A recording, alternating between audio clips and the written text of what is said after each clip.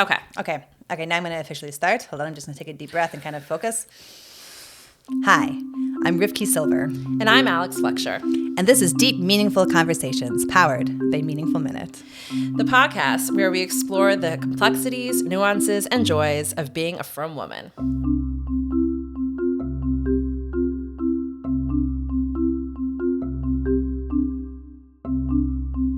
Welcome to Deep Meaningful Conversations. We are super thrilled to have teamed up with Meaningful Minute, and here we are now. We've made it to the big leagues, Alex. Oh, absolutely. It really feels like it. So we want to welcome our regular listeners from season 1, which we just wrapped up, all 21 episodes. We started our podcast, formerly known as Normal Frum Woman, in January of 2021. And now we are all rebranded. We have a brand new name, which we are so excited about. Yes. We are rebooted with all this technology. We've got cameras everywhere. And it just feels like we totally got a makeover. Exactly, from head to toe. Head to toe. So we want to take this opportunity to give a special welcome to all of our new listeners who are here, who have found us through Meaningful Minute. That is the biggest perk of joining forces with Meaningful Minute, is just connecting to more people, to more women. It's why we do what we do, to reach more frum women and to bring you the voices of all the incredible frum women in our communities. I mean, that's actually a perfect elevator speech for our podcast. Why, thank you. Oh, and can I just add that I wonder now if we're like the female version of the 2 Cents podcast, like now we're the women's version. Could that be a thing? I don't know if we could possibly compete with the Ben Shushan brothers. I mean, definitely not. Okay, yeah, so we're not. We're really, really not even trying. But what we are, I think, are just two average, or what we consider average, frum women who like to talk about the issues that are most relevant to us and to other frum women who are just like us. Yeah. So sort of consider it like you're just having coffee at a DMC with 2 friends. Exactly. So on this podcast, our goal is really to celebrate the unique contributions that every frum woman has to give and to explore the topics that matter to us most. Yep. So truth is, this podcast might be a little bit different than some other podcasts that you're used to. And I think we should take the opportunity to explain that. I think this is sort of more like a show.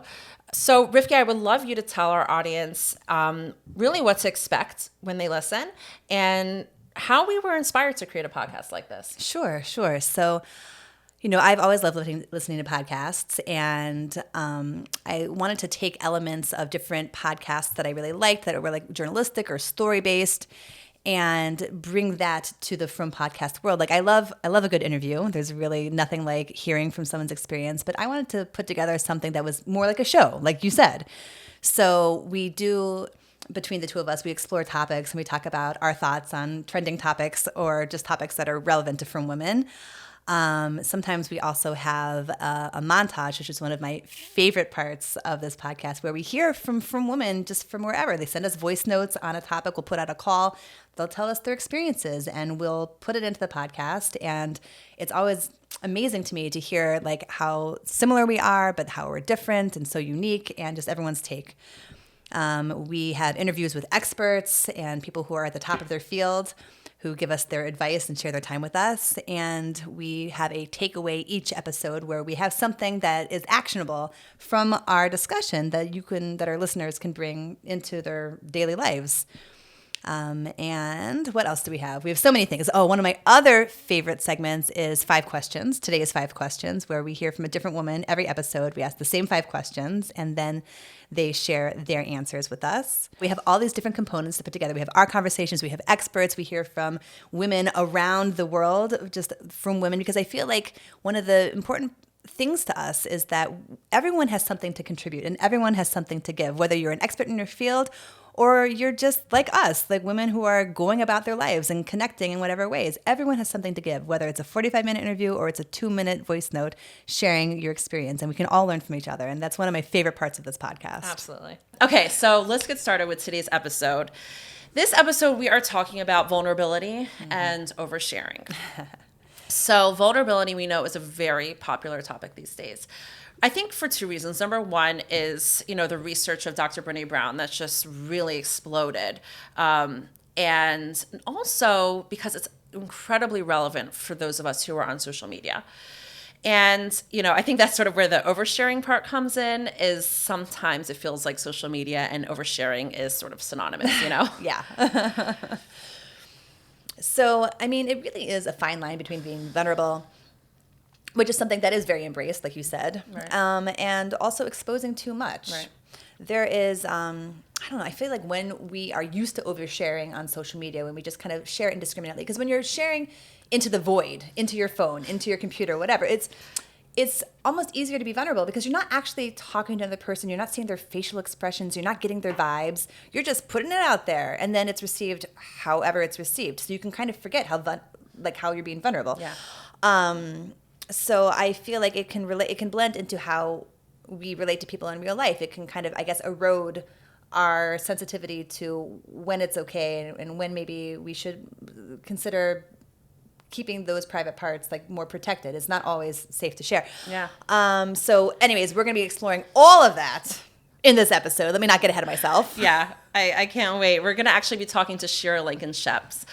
She's the author of The Layers Project, about her work and telling the stories of From Women via photography, interview. And we asked her on because we're really curious about her perspective on vulnerability, because this is her business. She's in the business of telling authentic stories about people's real lived experiences. And she does it so well. Oh, so well, so well. And I also love that she has sort of a clinical background that she brings to the project. So she's very, very sensitive, I think, 100%. To exactly the issues that we're talking about today. Also, we are going to be schmoozing with who Rivki and I like to turn to when we need both a Rebbitzins and a therapist perspective. And we have that all in the wonderful package known as Yocheved Davidowitz, who is both a Rebbitzin and a therapist here in Cleveland, also around the corner from me. She's coming on the show. And did I forget to mention that we live in Cleveland?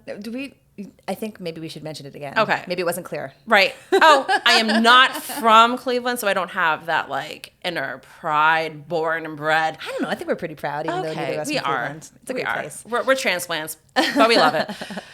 So by the end of today's episode, we hope that you have gained a greater awareness of what vulnerability actually is, how it can serve us, and how not to fall into the trap of sharing too much of the parts of our identity that are not for public consumption. Yeah, well, that's very well defined. And, before we actually get into our talk with Shira, I just want to take a few minutes and talk together a little bit about how Brené Brown's research has really, really transformed the public's view and the masses' view on vulnerability. So if you're not familiar, Dr. Brené Brown is a research professor, and she gave this groundbreaking TED Talk in 2013 entitled The Power of Vulnerability, and we're going to put it on our show notes, so you could definitely take a look at that. She explored a lot, and one of the ideas that she explored is exactly what I'm going to ask you, Rivki, and put you on the spot. When we think of vulnerability, what emotions do we usually associate with that word? I don't know, fear, terror, anxiety, stress, negative, nausea. Those physical responses. Okay, so we think of vulnerability as a bad thing. It's a scary thing. It is scary. Yeah, it's a scary thing. Yeah. So basically, from her research, and it's not like her opinion, it's her research, we've really got vulnerability all wrong, which is, yeah. And in fact, she defines vulnerability as being, quote, the birthplace of joy, belonging, creativity, authenticity, and love. So a lot of amazing emotions and feelings. Well, yeah, I would not have seen that coming. Right. Like, why would one think that? And the basic idea is that when we drop that armor, which is protecting us, which really prevents us from feeling vulnerable, we are preventing us from feeling real, true joy and authenticity. And we realize when we drop that armor that vulnerability is actually the truest test and truest measure of courage. It's very courageous to be vulnerable, and being courageous is a good thing. So according to Brené Brown, it's what makes you vulnerable actually makes you feel, what makes you vulnerable actually makes you beautiful. Wow. And it's true authenticity. Wow. Yeah, it's pretty incredible stuff. Oh, that's beautiful. I mean, that really is a paradigm shift. The courageous part of being vulnerable is, I think, being honest with yourself. Yeah. That's not an easy thing to do, to really look at yourself honestly. And when you allow yourself to feel difficult emotions, like we talked about in our toxic negativity episode, you know, like not to push them away, but to feel those difficult emotions. And definitely, you know, not denying that they exist, but looking at them honestly. Vulnerability is an act of courage because it's an act of acceptance. We are embracing our most authentic selves, and warts and all. Yeah. Right? And it takes guts on the most personal level to really be honest with yourself about all of the good and the bad of us, of what's within all of us, all of our pros and cons, our milas and chasarnos. It's much easier to hide behind a facade than to do the internal work that vulnerability demands. Wow. Well, acceptance in and of itself is an episode. Yeah. Radical acceptance is a whole nother episode. We'll put it on the spreadsheet. Yeah, put it on the spreadsheet. So definitely can't wait to get more into this with our first guest, Shira Lincoln Sheps, and we hope you enjoy. Hi, Shira. Thank you so much for joining us all the way from Israel. Remind me, what neighborhood do you live in? I actually live in Ramot Bet in Yerushalayim. Oh, so nice. So we love that. We love your book. We love you. We love the work that you've done on social media, just sharing Frum women's stories. And first, why don't you just tell us and our listeners all about the Layers Project and what it accomplishes? Sure. So the Layers Project is an online magazine for Jewish women. I talk about what I like to call the triumphs and challenges of our lives. Basically, what that means is that we're tackling stigmatized and taboo topics, things that kind of get swept under the rug. We've been doing it for about 5 years. We have a Facebook page, Instagram, we have a website, and we just came out with a book that was published with Koren Publishers in Jerusalem called Layers, Personal Narratives of Struggle, Resilience, and Growth from Jewish Women. It's 34 stories of Jewish women living here in Israel from all over the world. And we tackle a lot of the same topics, and that's basically what we do. Amazing.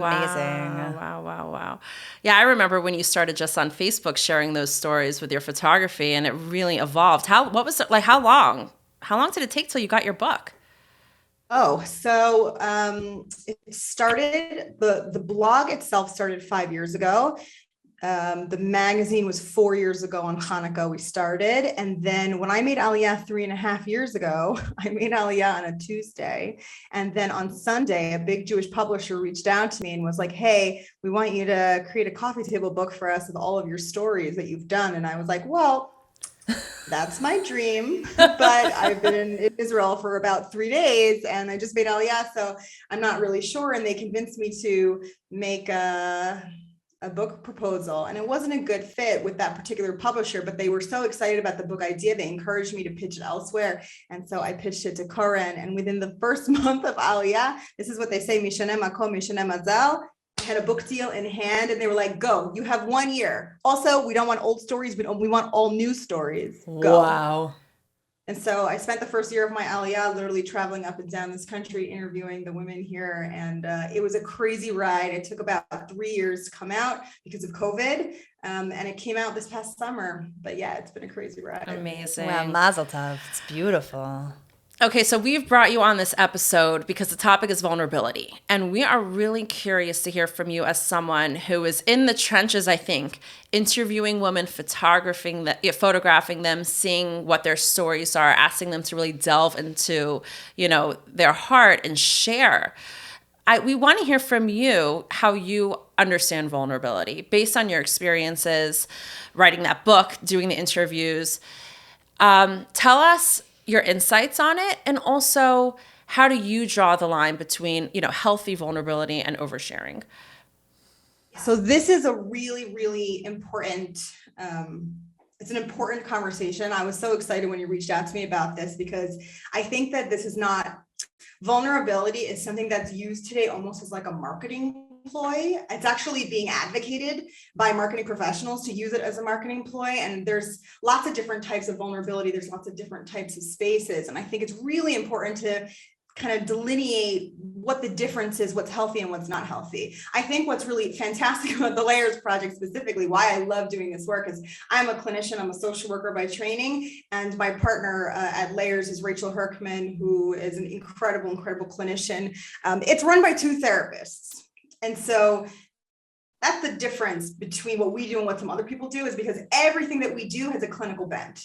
Every time we hear a story, every time someone comes and reaches out to us, we're asking ourselves, a bunch of questions that I'm going to let you know so that if you're asking yourself, is this something that I should share? Is this healthy? Is it not healthy? You can use the same rubric. It's really important because, you know, today on social media, you see a lot of vulnerability. A lot of people are sharing and sharing and sharing and sharing. And back in the day when layers first started, there was no sharing.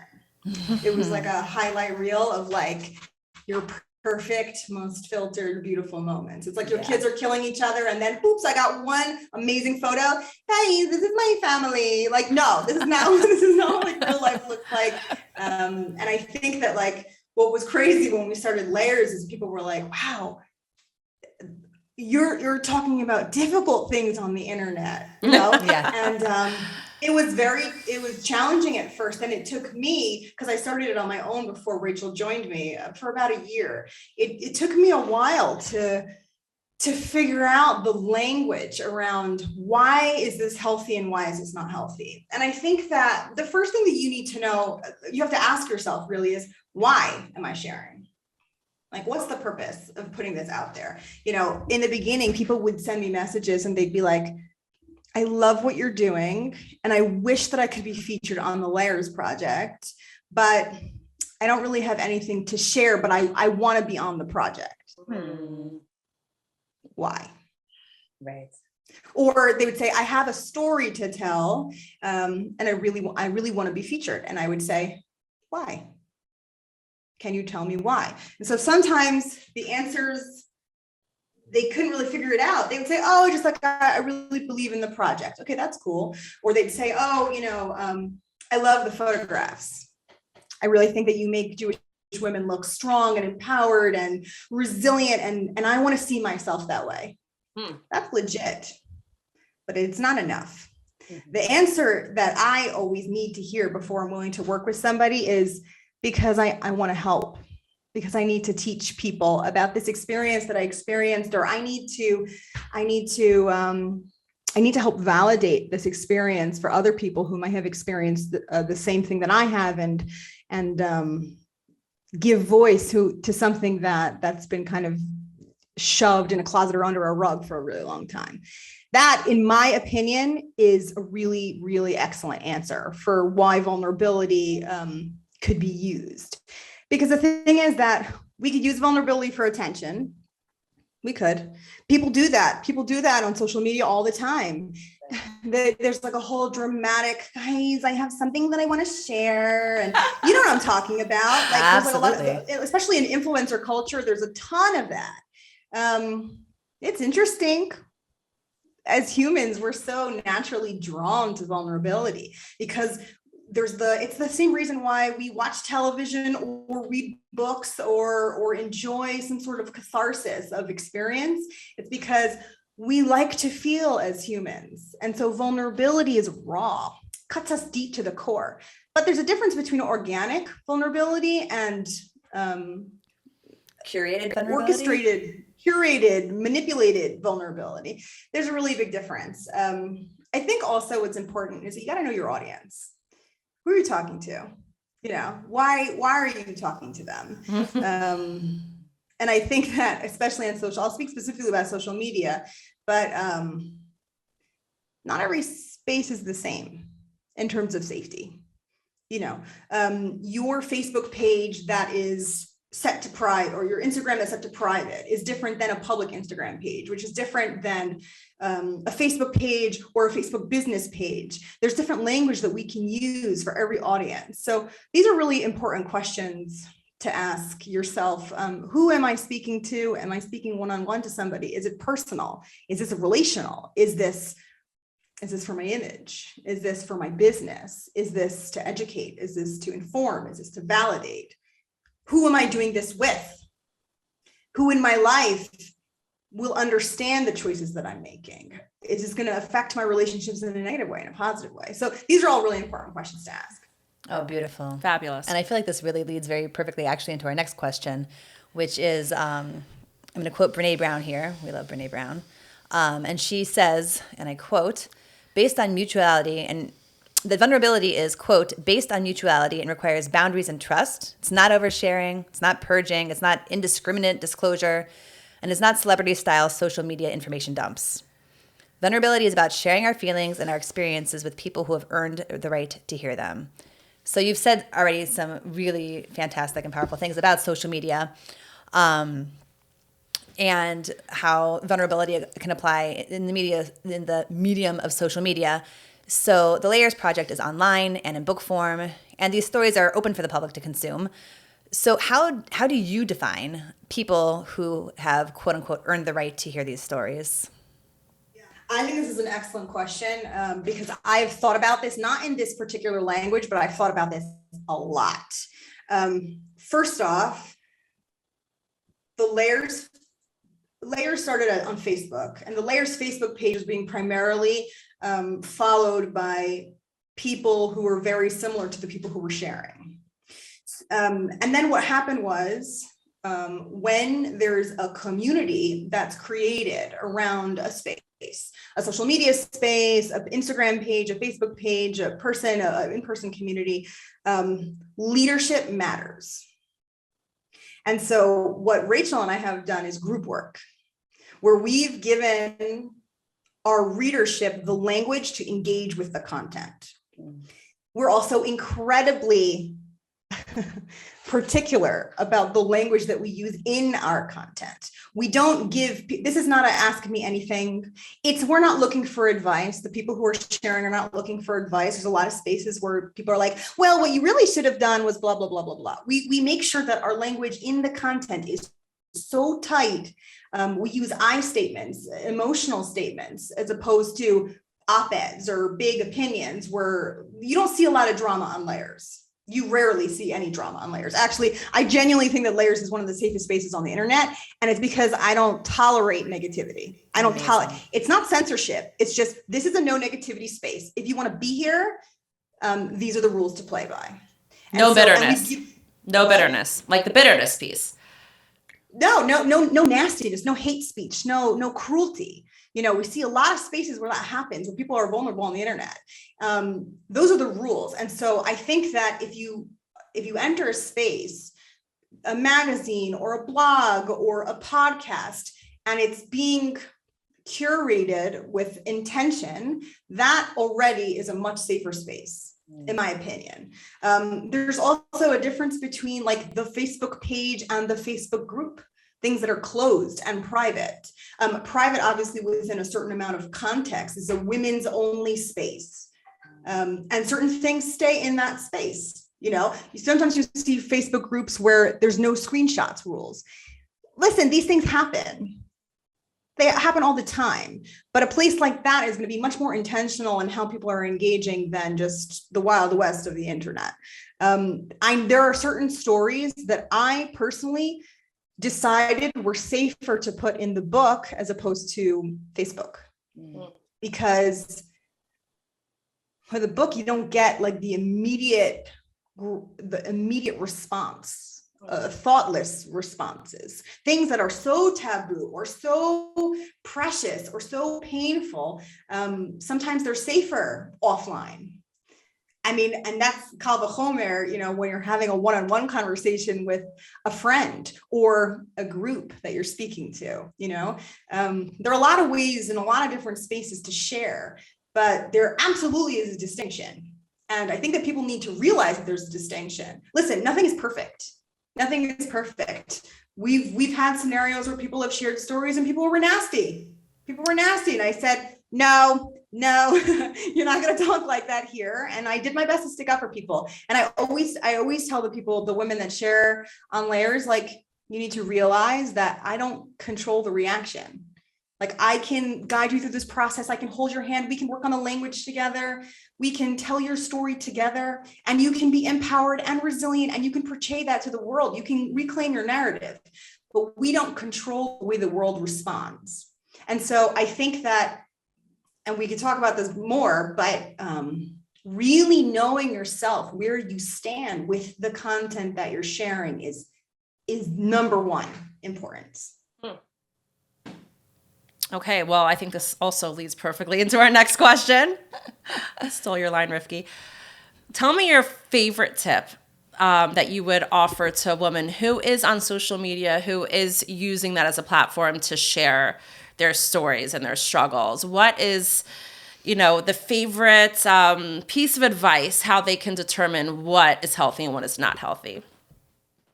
Yeah, the way that I determine for myself is, where am I at with this piece of information? Is it over? Is the circumstance over? Or is it ongoing? Does that affect how I feel about sharing it? Is it processed? Have I processed it through? Have I processed it with friends, with family, with a clinician? Is this trauma-based? What is it going to do to me to have this content out into the world? Is it going to hurt me or help me for other people to know this information about me? These are really, really important questions that you have to ask yourself, because, and also, how does this affect my relationships? Yeah. Is this my story to tell? Right. Does this story involve other people who it's their business too, and might not feel comfortable having this content online or in another space or shared publicly? These are all really important questions. And I think that it's a great rubric to be like, maybe I'm not ready. Sure. Maybe Sometimes people, sorry for interrupting, but sometimes don't you think people use the social media to actually process their experience, and that's unhealthy, right? It could be unhealthy. I'm not going to make a blanket statement about everything. I think that there are different types of experiences and different types of catharsis that needs to be done or is helpful to be done. It absolutely can be unhealthy. And I've seen it play out that way many, many times, where someone is just not ready to be talking about this in a public forum. Yeah. And yet there you are talking about it in a really public forum. And you have to be able to contain people's reactions. And as the person who's sharing, and also on the flip side, they need to be able to contain you. Because what happens, the real question you got to ask yourself is, what happens if this goes wrong? And the person, the community, the social media page that I'm sharing with isn't prepared to handle what I'm sharing with empathy. And if you don't have empathy, you're not going to receive empathy. That's going to be incredibly painful and potentially damaging, traumatic. So it's a brave new world. Yeah, for sure. So another request for advice from you, Shira. What are your thoughts about how to create boundaries when it comes to vulnerability, whether it's on social media or if it is in personal interactions? How do we know when to share what? So I think a really good question to ask yourself is this space safe for me? They might have dealt really well with somebody else, or they might have done really well with this other thing that I told them. Is this thing that I'm going to share going to be safe?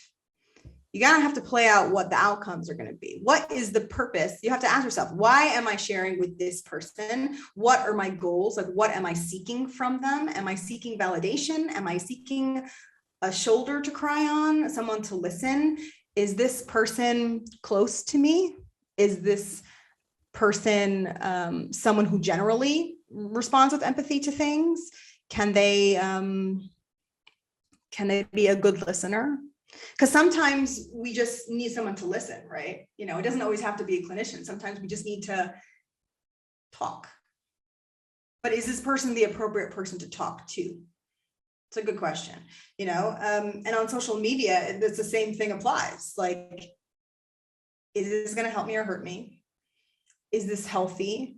But really, why am I sharing this content? Where is this landing for me? Is it because I want attention? Is it because I just need to get it off my chest? Is it because I want to educate? Is it because I want to validate? Is it because I need to be heard? We can't underestimate the power of being heard and understood. Sometimes we just need to say what we feel, something that, that feeling when something's like an elephant sitting on your chest, and you just need to say your truth. Can this audience accept your truth? a lot of audiences can't. It's not a given by a long shot. So I think that these boundaries are really important. And I think that's what's really important to remember is that as a person who's receiving the vulnerability, right, whether it's going to be on social media or in person, we also have the power to make boundaries around that. So we can say, the style of this influencer, this person, this friend, the way that they share online, it feels like dumping. It feels like flooding, and I feel flooded by them. I can unfollow them. And you can stay friends with somebody and unfollow them. You know, it doesn't have to be a whole rejection of friendship. It doesn't have to be loud. You don't have to send messages to influencers or people or your friends and saying, I don't want to follow you anymore, because, you know, you can kind of exit gracefully. That matters too, because we all want to act like mention. You know, we don't want to hurt people by rejecting their vulnerability. That's incredibly painful and shaming, and that can be difficult to receive. But we don't have to engage in every piece of vulnerable information that's lobbed in our way. You know, if someone comes up to us and wants to have a vulnerable conversation, but we don't really feel like we're the right person for that, we can say things like, wow, that sounds incredibly hard. Thank you for sharing that with me. I might have an idea of somebody who could help you, or who would be a really great person to talk to you about this. You know, you can deflect. You don't have to take everything in. You don't have to contain every piece of vulnerability, because vulnerability today is being used almost like a currency. Yeah. Because it means like authenticity. Right. It means you're raw. It means you're real. And these are all things that today we want to be, because it's a reaction. It's a response to the social media world that we live in. So any kind of vulnerability feels authentic, but oftentimes it's not, or it can be, and it's too much. It's oversharing. Right. But we don't have to engage in content that doesn't feel safe and good for us. Like, we are responsible for our own media consumption. And so we can never, ever forget that. Yeah. Like you said, it's so important to question your motives. And also remember, with social media, let's say someone says they have a need to feel heard, and you just post what it is that you want people to hear. Remember that you are just sharing that with however many friends you have that are following you, 1,000 friends. Do you want all those people to hear you, versus maybe reaching out to a confidant, to a close friend, to a Rebbitzin, or to a therapist, and you will feel heard even in a better way, in a more intimate way, in a more authentic way. So we are just so used to the quick, easy fixes, which is reaching out to our phones and reaching out to our screens. I think that we need to embrace the more difficult work of real intimacy and conversations, and that is reaching out to trusted people to share. Yeah, I think that's a really good point. And also, we don't really think about how many friends we have online. Yeah, seriously. Like, if we have 3,000 friends online, Right. and I just post whatever I'm thinking, that means every person that I've ever known for my whole life now has seen that photo, knows that my kid went to that place, knows that I love that food, or engage in something really painful. Also, you know, if it's real stuff, we forget, because, you know, most of us don't have all the thousands of people that we're connected with online responding to everything that we're putting out there. But it doesn't mean that they're not watching. Right. Because usually they are. Right. A very small portion of the people actually make comments or like, there's a lot of lurk, and vast majority lurk. And I'm not saying lurking in a bad way. I'm just saying that's the term. Yeah, that's the term, lurking. Yeah. Well, Shira, this has been such an enlightening conversation talking with you. And I love the fact that you bring your clinical experience to the Layers Project and to your book. I really want to wish you much hatzlacha. I think you're really a trailblazer in the community, really on an international scale. And I say this with complete respect. So just to let our audience know, your link is going to be on the website, as well as a discount code. Am I correct, Shira? You mentioned that? That's right. Amazing. That's all in the show notes. So thanks so much, Shira, and really wishing you much hatzlacha on your project. This is an amazing conversation, and I'm so glad that you guys are leading the way on this, and I'm so honored to be here with you. Thank you, Shira. Yay, thank you. And now it's time for the schmooze with Yocheved Davidowitz. Welcome, Yocheved. We are so happy you're here. Thank you so much for having me. We actually consider you our sort of in-house Rebbitzin therapist, and that we've brought you on. You have been on previous episodes of ours, but now we're bringing you on officially to Meaningful Minute so that we can reach out when we have a question. We want to try to understand, the topic at hand and understand it from both, a Torah and Hashkafic perspective and also from a psychological perspective. So we're going to jump right in. Our first question for you, and this is, I think, the essence when we talk about vulnerability, do you find that being vulnerable in any way contradicts the values of tznius? So I think it can. Obviously, if we talk about vulnerability, maybe in public settings, and there's a tznius issue there, I definitely think it's something that we need to think about, especially in today's day and age when we have media and we have cameras everywhere. And even if somebody doesn't think they're being recorded, they very often are being recorded. So I definitely think that's true. But when I think about vulnerability, I really think about somebody who is trying to be very authentic. And a lot of times that comes out in ways that actually might even promote tznius. Like I think of a young girl that I know who wanted to dress more tzniistically, and that's a very vulnerable thing to do if you're a teenage girl and you decide you want to dress more tzniistically and you go into school the next day. Like that's an incredibly vulnerable place to be. So, I guess just to bring in a little Torah here, the Orchos Tzadikim talks about how to achieve happiness, and he lists 4 steps. The last step of which is histapkus, so self-sufficiency, needing nobody else's approval but Hashem's as a way to get happiness. So I think that truly being vulnerable is recognizing that really I need Hashem to be proud of me, and that's it. And it could feel like vulnerability in that sense. Wow. So I love that. That's fantastic. So we had this discussion with Shira and Sheps about vulnerability, and we're curious, what's your perspective between healthy and unhealthy vulnerability when it comes to posting on social media or also sharing in real life? So maybe I'll answer the second one first, if that's okay. Because obviously with sharing in real life, there are certain people that that you can be vulnerable with, and you have to make sure that those people are safe. With regards to sharing on social media, I don't know. That's a tricky one. And I'm a little old, so it's definitely not something that I grew up with. But I am amazed sometimes how much people share about their personal lives on social media, like indiscriminately. Like sometimes there might be a reason why somebody might share on social media. Like if there's a purpose, I would say, why are you sharing? Why are you being vulnerable? What is the purpose? Are you trying to help somebody else? Are you trying to destigmatize something? Is there a purpose, or is it just like an exercise in narcissism, which very often it is? And I would say that even sometimes when people are, quote unquote, sharing their story, sometimes it is more self-serving, right? And it's almost like it's somehow become part of like our experience or the zeitgeist that if you go through something difficult, you have to now share your story with everybody. Right. So it's a little bit tricky. And I would say definitely if there's something that a person should be tznius about, like their marriage, that's not something that belongs on social media ever. But there could be times where it might be really appropriate. So you really need to think about it. Like think before you post, I guess. I love that message. Think before you post. Yeah. I need to put that on my computer and phone.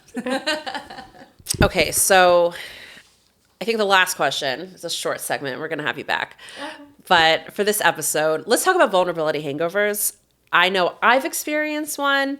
For sure. Yeah. I mean, just a very quick definition is when you've, shared something, you've engaged in the act of vulnerability, whatever it may be. And then I think also like this is very individual. So we're talking about like social media posting for someone. It's like, oh, that's not vulnerable for me to like say happy birthday, husband, love the past 20 years of marriage. Like for some people that's like, and then for other people it's like, what? Like, why would you do that? So I do think everyone has their different threshold, but the vulnerability hangover is basically like you share something, you've been vulnerable, and then afterwards you sort of feel like you actually have a hangover. Not that I know what it actually feels like to have a hangover, but it's an emotional hangover. It's like maybe a little guilt, maybe a little nausea. Like, I can't believe I just... Maybe panic. Maybe a little panic. Like, what did I do? Yeah. Oh, I want to go back and change that. Regret. All these different levels of, responses where you feel like, why did I just share that with everyone? And you can't take it back.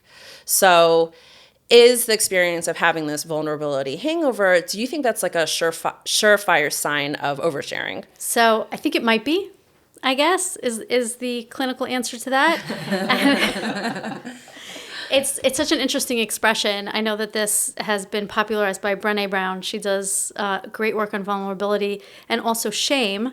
And of course, shame is just, it's a very interesting topic for Jews. So Bnei Yisrael are described as being Baishanim. We have shame as our first and foremost quality. So whenever you see people talk about eliminating shame as if shame itself is the bad guy, that is something that is probably not in accordance with Torah values. Like, shame is so important because that's that pit that you get in your stomach, that feeling that we hate.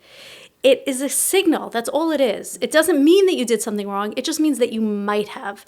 And you need to examine your actions and say, did I do something wrong? Do I owe somebody an apology? And like you said before, Alex, like, I can't take it back. Well, no, but you can change the way you behave in the future. So maybe that's a signal that maybe next time I should be more mindful of the audience, or I should say it a different way. Or, it could be that shame is misplaced. And certainly with regards to shame, very often, certainly clinically, we talk about shame being misplaced when people blame themselves for other people's behavior. That's when shame, and I think even Brené Brown differentiates between like toxic shame and regular shame. But I certainly want to say that as Bnei Yisrael, we want to really not distance ourselves from that feeling. That's a very important thing that we have. And a vulnerability hangover is just a signal. Did I share too much? Was it necessary? I think that the three of us were all in the room together when a friend of ours got up and spoke about her experience with depression. I don't know if you guys remember, this was a few years ago at a retreat, and she was very vulnerable, and she talked about her experience with depression, and it was in front of about 150 women. So it wasn't on social media, but it was in public. And I know she was very nervous about it beforehand, but I thought it was very empowering and powerful and destigmatizing, and something that a lot of people probably felt very boosted by. Like, they just felt like, okay, this is, or normalized, I should say. They felt normalized by her telling that story. So that's a beautiful thing to be able to share. I don't know how she felt about it afterwards, but I would say like that feeling, that pit in your stomach is just a signal. Did I share too much? And it could be that the answer is yes, but it also could be the answer is no, I didn't. But like just think about all the various factors that go into like why you shared and who you helped. And maybe it's an opportunity to now reach out again. Like, maybe that's even the message that you would take away. So, it's not such a clear-cut answer, but I definitely don't think that we should use the expression vulnerability hangover. Let me just put it that way, because I think when you say vulnerability hangover, that expression itself dismisses that introspective quality, because it says like, oh, this is just a side effect of what you did, which is obviously good. So you just need to deal with the side effect of the hangover. Take whatever, like you, Alex, I've never had an actual hangover, but I'm sure that there's lots of hangover remedies that you could take, so then you could continue on with the behavior. Like, that's the point of the remedy. So we want to recognize that feeling as being very productive and potentially very helpful to our personal growth. Yocheved, thank you so much. As always, your insight and your divrei chizuk and divrei Torah are just add so much to the conversation, and we really just appreciate you taking the time to come on for all our listeners and I guess watchers now to hear and listen to this perspective, it really adds so much depth and value. So thank you. Oh, thank you so much for having me. Now it's time for this episode's takeaway. We want you to consider the following question. What is the fine line for you between vulnerability and oversharing? It could be in your interactions online or your discussions with friends. Take a moment to think about it throughout the day. Yeah, it's a great one. We also want you to try to reframe how you view vulnerability and try to switch it up from our usual association of vulnerability with shame and weakness, and try to see it as a sign of courage and authenticity. Now it's time for today's 5 questions. Answering our questions is Jordana Barakov from Passaic, host of the Drink It In podcast. If you could be any month in the Jewish year, what month would you be and why? So, if I could be any month, Jewish month of the year, which one would I want to be and why? I would most definitely want to be like Elul. So now there are a few reasons why. First of all, you have to understand, I'm a teacher. So Elul falls out a little bit in the summertime. So you know how teachers are about the summer. We like our vacation also. We work hard all year long, and we could use a break. But Elul, sometimes it comes at the very end of the summer and the very beginning of the school year. And so as a teacher, I get a little itchy and I so want to go back to work. So I get super excited for that. So professionally, I like Elul. And for my Jewish identity, Elul is awesome. Just the concept of Elul gets me excited. We're going to start the new year. It's all about change and opportunity and growth. And that to me is unbelievable, that every year God gives us that opportunity. So if I could be a month, it would most definitely be Elul, because I also am a person that wants to give others around me opportunity for growth, because I want to give people second chances, because I want other people to give me second chances. And it happens every year. Awesome. What's your favorite mitzvah and why? My favorite mitzvah, I bet you so many people think I'm going to say making challah, because I do all these challah bakes. But it's not. I do enjoy baking, but it's not being mafresh l'challah. I would say hands down, for me, anytime a mitzvah involves giving directly to another human being, any aspect of chesed, whether it be visiting the sick, having guests over, doing a favor, just a simple favor for my neighbor, that to me, hands down, is my favorite part of Judaism, my favorite part of all the mitzvot, the aspect of giving, just giving to somebody else. It just makes me feel amazing inside. What do you do to recharge? How do I recharge and reboot myself? Definitely dancing on the top of the list. I love dancing. Music always gets me recharged all the time. Going to the gym, exercising, and if I can't get to the gym and the weather is beautiful, going for a walk also helps. And of course, listening to music while I'm walking. And lastly, prayer. And it wasn't always like that for me for prayer. It's only of recent. Prayer just grounds me and helps me connect to Hashem. So that's how I recharge. What do you love about yourself? My favorite part of my personality? Oh gosh, I really hate answering these questions. I really like myself. I know it sounds like horrible, but okay. I am a people's person, so I would definitely hands down say that the favorite part of my personality is that I'm magnetic. I have presence, and people like to be around me. People enjoy my company just as much as I like myself, and I'm really blessed that way. It's not something I developed over time. I can't take credit for it. Really, I can't. It's really God-given, and I'm so appreciative of that, really, of that aspect of my personality. What do you think the frum world needs more of? Oh, this is a hard one. What does the frum world need more of? Emotional connection, people that understand each other better and where people are coming from. It pains me to see the world we live in and how troubled so many people are. And people just want to connect. People just want to connect to each other. People just want to connect to Hashem. People just want to connect to themselves. And if we could have a better way to do it through love and understanding, that could go so far. That's what we need. Just that emotional connection. Thank you so much for listening today. We hope you liked this episode. We really enjoyed putting it together for you. Alex and I would definitely appreciate if you would take the time to rate and review our podcast. All the links and references we made in the podcast can be found in the episode notes. And don't forget to check out our podcast on the Meaningful Minute app. Absolutely. There's also some extra content there for both of us on that Meaningful Minute app, so download it. If you have any suggestions, feedback, or just want to say hi, we have a new email address. It's dmc@meaningfulminute.org. Of course, you can be found also on social media. Check out our page on Instagram, Facebook, and Twitter. Also, don't forget to subscribe wherever you get your podcasts so you don't miss an episode. And please tell all your friends and family about our podcast. See you next episode.